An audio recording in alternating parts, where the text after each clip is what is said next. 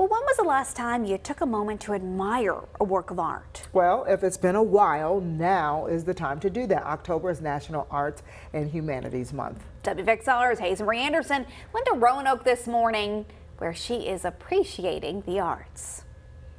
I'm actually here at Common Clay. I'm joined by owner Hazelmarie. I think honestly we're probably separated at birth. Hazelmarie, Hazelmarie, we're making art. You know, let's talk about this for a moment. You guys have this beautiful studio here in the Star City. How did this idea come to about? I just had a lot of interest in like college, and after college I was able to work in a studio. We actually got closed down by the pandemic. Wow. And just the kind of nature of clay, I always thought it should be more accessible. So coming here, I didn't really find that, and I indignantly just got a couple wheels and started throwing in my house. Wow. And from there, I had enough people who wanted to do small classes, date nights, use the space that I had, that it just kind of grew. I opened in January of this year. We've already had to come and move into this space after I renovated it, so we've already had to expand once, and making clay more accessible and available. So as you teach me how to, because we had to let the wheel go, because literally I had the clay fly all over the place, so a little TV magic. So, you know, but this is something that folks can come and experience. You said that you have date night classes, group classes, so everyone back at the station, we can all come here and immerse ourselves in art. So while you're showing me how to make something beautiful, except for this lump of clay, how does it feel to see your vision come to fruition and be here and have some of your art students behind us? Yeah, so behind us are our members, which is kind of like the last leg for our studio. They can come in and use this like their own studio space. Yeah. It's 24/7 for them.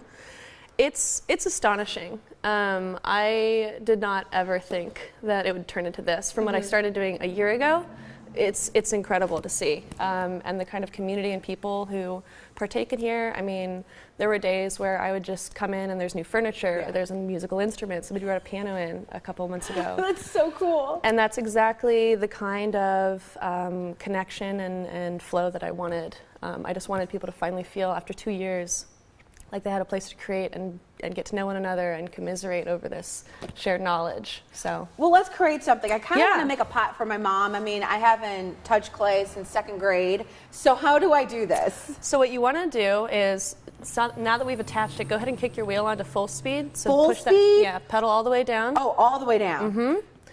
So what we want to do as we throw is we start at top speed for this next step, and then throughout the process we'll slow our wheel down. But I'll kind of walk you through that. Okay. So I'll show and then kind of tell you if that makes sense. So centering is important because right now it's all kind of wibbly wobbly. Yes. And what you want to do is equalize the amount of clay that's being distributed.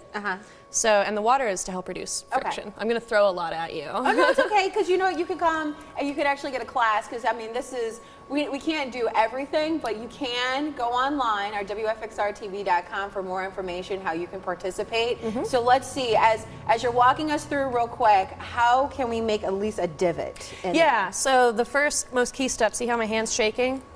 What I want to do is I'm going to come in really nice and tight. My forearms are going to rest on the splash pan. Okay. You want your elbows tucked in, and it's almost like both hands, you're just going to gently have them press down and into the wheel and squeeze them over the clay. Oh.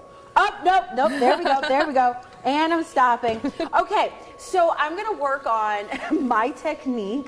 I'm going to toss it back to you, but honestly, I think this is such a great group activity. Nothing like celebrating the arts than really immersing yourself in it. What do you say?